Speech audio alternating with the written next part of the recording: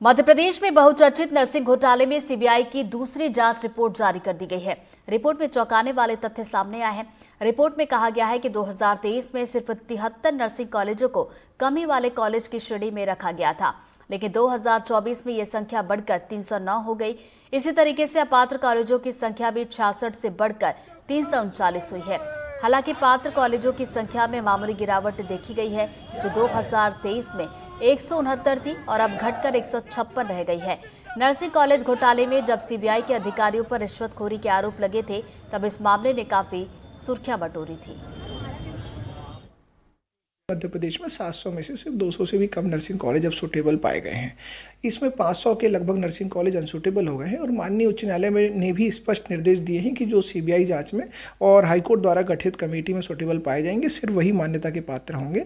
इसके अलावा जितने छात्र इन कॉलेजों में प्रभावित हुए हैं, अनसूटेबल कॉलेजों में प्रभावित हुए हैं, उनके लिए राहत देकर माननीय उच्च न्यायालय ने पहले ही उनकी परीक्षाएं करा दी हैं और उन्हें अब स्थानांतरण के लिए उनको एक बड़ी संख्या होगी जिनको अन्य इन कॉलेजों में शिफ्ट करना होगा। तो चूंकि पूरे मध्य प्रदेश में 2023-24 का बैच अभी किसी भी तरीके से एडमिशन नहीं होने से शून्य हो चुका है, तो उन छात्रों को एडजस्ट करने की संभावना अच्छी बनी रहेगी। विशाल, ये बताइए कि एक और प्रॉब्लम आएगी कि जो सीटों का निर्धारण होता है वो हॉस्पिटल के बेड के अनुसार होता है। तो जो ये बच्चे हैं जो ऑलरेडी जो कॉलेज अपने आप में सूटेबल है, तो वो सूटेबल कॉलेज के पास अपने बच्चे हैं, अपनी सीट पूरी है, तो फिर ये जो बच्चे हजारों की मात्रा में होंगे, लाखों की मात्रा में होंगे, लगभग 500 कॉलेजेस के बच्चे, उन्हें कैसे एडजस्ट किया जाएगा? समस्या तो है, लेकिन चूंकि नियमों में 2 पालियों में कक्षाएं लगाने का प्रावधान है, इसी प्रकार से सरकारी बेड बहुत सारे अब खाली हो जाएंगे इस वर्ष इतने सारे कॉलेज बंद होने के कारण। तो इन छात्रों को समायोजित करके और ट्रेनिंग देने के लिए सरकारी बेड उपलब्ध रहेंगे बड़ी संख्या में। विशाल, एक और प्रॉब्लम आएगी कि चूंकि वो बच्चे फीस दे चुके हैं, जिन कॉलेजों में वो अनसूटेबल कॉलेज में वो फीस दे चुके हैं, अब जो सूटेबल कॉलेजेस में वो बच्चे जाएंगे तो या तो उन्हें फिर से फीस लगेगी या उनकी फीस सरकार दे या सरकार उन कॉलेजेस से वसूली करके देगी। इसके विषय में कोई आपने विचार किया है या कोर्ट ने विचार किया है? इस संबंध में कोई समस्या भी माननीय न्यायालय के सामने हमारे सामने नहीं आई है, लेकिन हाँ, जो छात्र प्रथम वर्ष में थे, प्रथम वर्ष की फीस उस कॉलेज को दे चुके हैं जिसके सामने वो पढ़ रहे थे। इसके आगे की परीक्षाएं अभी हुई नहीं है, ना ही इसके आगे की कक्षाएं अभी लगी हैं। तो ये स्पष्ट है कि शेष वर्षों की फीस उन्होंने कॉलेज को नहीं दी है और शेष वर्षों की छात्रवृत्ति भी अभी सरकार ने जारी नहीं की है। तो ये निश्चित रूप से जिन सूटेबल कॉलेजों में ट्रांसफर होंगे उनको आगे के वर्षों की फीस देंगे और आगे के वर्षों की छात्रवृत्ति भी उनको उसी संस्था में एडमिशन के आधार पर मिलेगी। हमने बार बार माननीय उच्च न्यायालय के संज्ञान में लाया है कि तत्कालीन नर्सिंग काउंसिल की रजिस्ट्रार और जो इंस्पेक्टर्स कॉलेज को भौतिक सत्यापन करने जाते थे वो किस प्रकार गड़बड़ी करके और उनको गलत कॉलेजों को मान्यता देते थे। तो कुछ मामले में तो कार्रवाइयाँ हुई हैं तत्कालीन रजिस्ट्रारों पर। वर्तमान में जो रजिस्ट्रार हैं उन पर भी कार्रवाई के लिए हमने माननीय उच्च न्यायालय में आवेदन प्रस्तुत किया है और अभी ये पूरी जाँच रिपोर्ट जब माननीय उच्च न्यायालय द्वारा सार्वजनिक की जाएगी तब भी हम एक आवेदन प्रस्तुत करेंगे और कोर्ट से आग्रह करेंगे कि इन सभी दोषी अधिकारियों के नाम चिन्हित किए जाकर इनके विरुद्ध भी आपराधिक प्रकरण दर्ज कराए जाएं।